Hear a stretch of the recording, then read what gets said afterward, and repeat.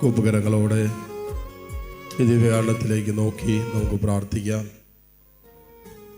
ഈശോ ദയാൽ ധാരയിൽ എഴുന്നള്ളിരിക്കുന്ന സമയമാണ്. നിൻ്റെ വേദനകളും വ്യഥകളും എല്ലാം പറയാനും പങ്കുവയ്ക്കാനും ഇതാ സ്വർഗം നിനക്ക് തന്ന മണിക്കൂറാണത്. നിൻ്റെ മേൽ സ്വർഗം ചൊരിഞ്ഞ, നിൻ്റെ മേൽ സ്വർഗം ചൊരിയപ്പെട്ട എല്ലാ അനുഗ്രഹങ്ങളും വർഷിക്കപ്പെട്ട മണിക്കൂറാണത്. ഈ മണിക്കൂറിൽ തമ്പുരാൻ്റെ കരുണയ്ക്ക് വേണ്ടി ഇതാ നമ്മൾ ഒരുമിച്ച് പ്രാർത്ഥിക്കുകയാണ്. തീർച്ചയായിട്ടും നമ്മുടെ ഓരോ നിമിഷവും ജീവിതത്തിൽ തമ്പുരാൻ്റെ കാരുണ്യമാണ് നമ്മളെ കൈപിടിച്ച് നടത്തുന്നത്. ഒരാളെ സങ്കീർത്തകൻ പറഞ്ഞത് 100-ാമത്തെ സങ്കീർത്തനം 5-ാം തിരുവചനം,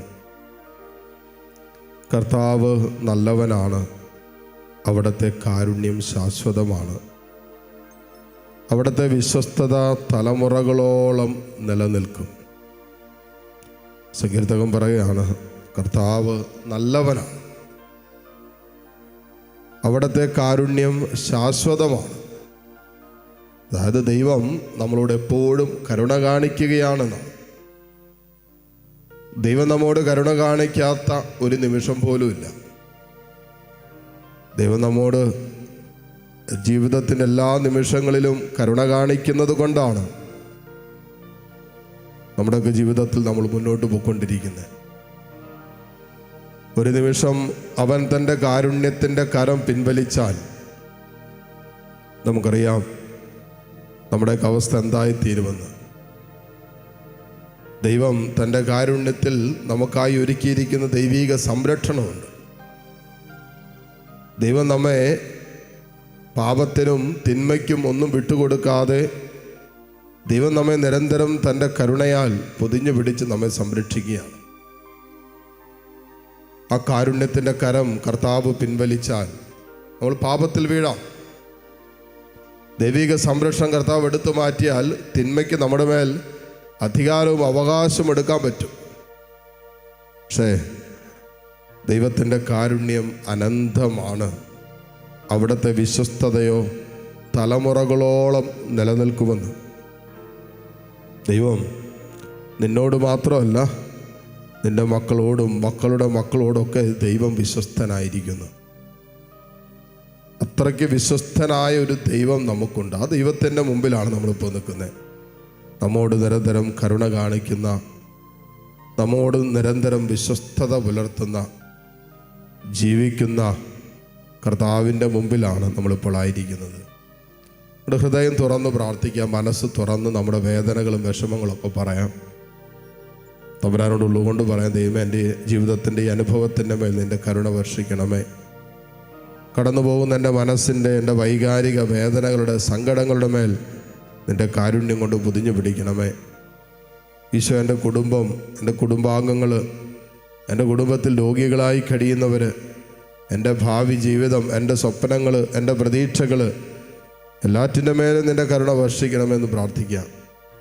കർത്താവേ, തകർന്നു കിടക്കുന്ന വരുമാന മാർഗങ്ങൾ, സാമ്പത്തിക മേഖലകൾ, പട്ടിണിയുടെയും ദാരിദ്ര്യത്തിൻ്റെയും അവസ്ഥകൾ, മുന്നോട്ട് പോകാൻ പറ്റാത്ത ജീവിതത്തിൻ്റെ ചില ദുരനുഭവങ്ങൾ, സാമ്പത്തികമാകാം, വൈകാരികമാകാം, വല്ലാത്ത ഭയത്തിലും ആകുലതകളിലും നിരാശകൾക്കൊക്കെ അടിമപ്പെട്ടു പോയതാകാം.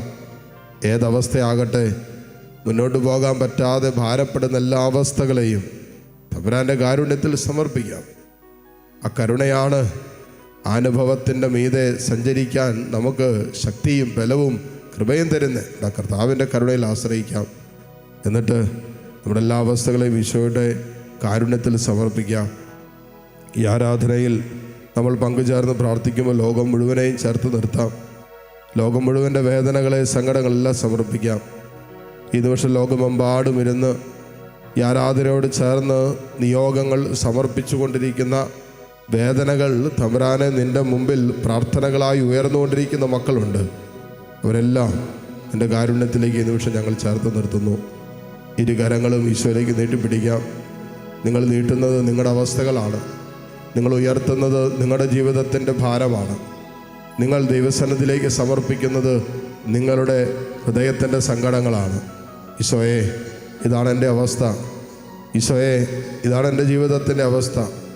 കർത്താവേ, ഇങ്ങനെയൊക്കെയുള്ള ജീവിതത്തിൻ്റെ അനുഭവങ്ങളിലൂടെയാണ് ഞാൻ കടന്നു പോകുന്നത്. നിനക്കെല്ലാം അറിയാലോ. ഞാൻ കടന്നു പോകുന്ന അവസ്ഥ അറിയാലോ.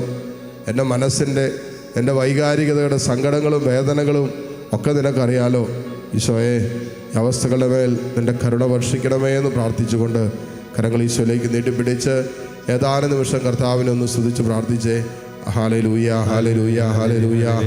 കർത്താവേ, നിൻ്റെ കരുണ ചൊരിയണമേ. ഈശോയെ, നിൻ്റെ കാരുണ്യം വർഷിക്കണമേ ഞങ്ങളുടെ മേലും ഞങ്ങളുടെ കുടുംബാംഗങ്ങളുടെ മേലും. ഞങ്ങളുടെ കുടുംബങ്ങളിൽ ദൈവമേ, നിൻ്റെ കരുണ ആവശ്യമുള്ള എല്ലാ മക്കളുടെ മേലും നിൻ്റെ കരുണ വർഷിക്കണമേ. രോഗികളായിട്ടുള്ളവർ ഞങ്ങളുടെ കുടുംബങ്ങളിലുണ്ട്. മാരക രോഗം മൂലം വേദനിക്കുന്നവരുണ്ട്. കർത്താവെ, നിരാശകൾക്ക് അടിമപ്പെട്ടു പോയവരുണ്ട്. വല്ലാത്ത സങ്കടത്തിലും ദുഃഖത്തിലുമായിരിക്കുന്നവരുണ്ട്. മുന്നോട്ട് പോകാൻ പറ്റാത്ത രീതിയിൽ തടസ്സങ്ങൾ നേരിടുന്നവരുണ്ട്. യേശുവേ, കരുണ കാണിക്കണമേ. ഹല്ലേലൂയ, ഹല്ലേലൂയ, ഹല്ലേലൂയ, ഹല്ലേലൂയ. ഈശോയെ, ആരാധന, ആരാധന, ആരാധന, ആരാധന. ഹല്ലേലൂയ, ഹല്ലേലൂയ, ഹല്ലേലൂയ. ഈശോയെ ആരാധന, ഈശോയെ ആരാധന. ഹല്ലേലൂയ, ഹല്ലേലൂയ. ഈശോയെ ആരാധന. ഹല്ലേലൂയ, ഹല്ലേലൂയ. ഈശോയെ നന്ദി. ഹല്ലേലൂയ. ഈശോയെ ആരാധന, ആരാധന, ആരാധന. ഹല്ലേലൂയ, ഹല്ലേലൂയ. കരങ്ങൾ കൂപ്പി ഹൃദയം കൊണ്ട് കർത്താവിനെ സ്തുതിച്ച് പ്രാർത്ഥിക്കാം. ആത്മാവാം ദൈവമേ വരണേ, എൻ്റെ ഉള്ളിൽ വസിക്കാൻ വരണേ. ആത്മാവാം ദൈവമേ വരണേ, എൻ്റെ ഉള്ളിൽ വസിക്കാൻ വരണേ. ആത്മാവാം ദൈവമേ വരണേ, എൻ്റെ ഉള്ളിൽ വസിക്കാൻ വരണേ. ദാഹിച്ചു നിന്നെ ഞാൻ തേടുന്നു, സ്വർഗം തുറന്നിറങ്ങി നീ വരണേ. ദാഹിച്ചു നിന്നെ ഞാൻ തേടുന്നു, സ്വർഗം തുറന്നിറങ്ങി നീ വരണേ. ആത്മാവാം ദൈവമേ വരണേ, എൻ്റെ ഉള്ളിൽ വസിക്കാൻ വരണേ. തിരുരക്തത്താൽ അഭിഷേകം ചെയ്യണേ, അഗ്നിയാൽ പരിശുദ്ധി നൽകണേ. തിരുരക്തത്താൽ അഭിഷേകം ചെയ്യണേ, അഗ്നിയാൽ പരിശുദ്ധി നൽകണേ. ആത്മാവാം ദൈവമേ വരണേ, എൻ്റെ ഉള്ളിൽ വസിക്കാൻ വരണേ.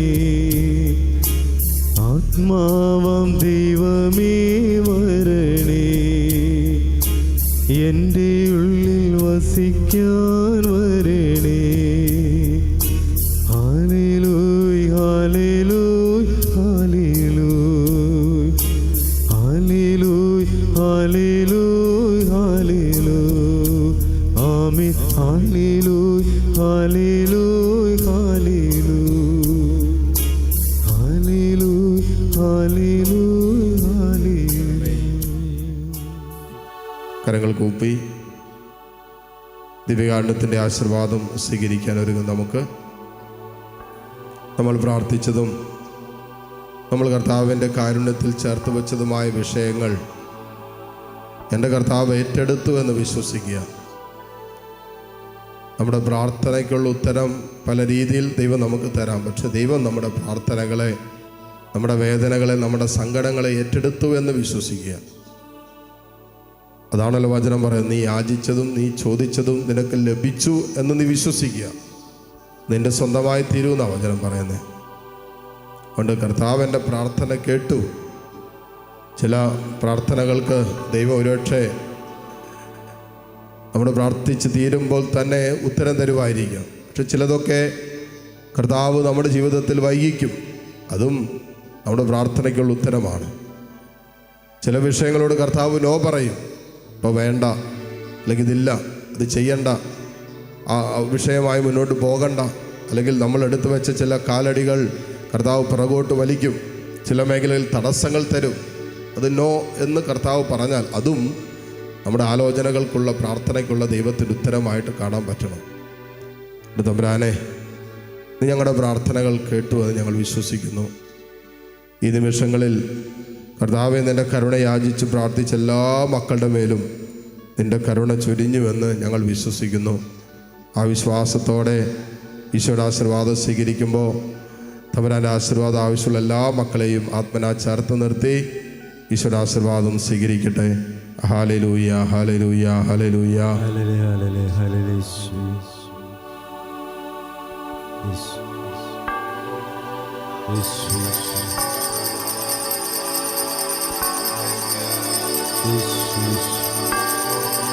Yes.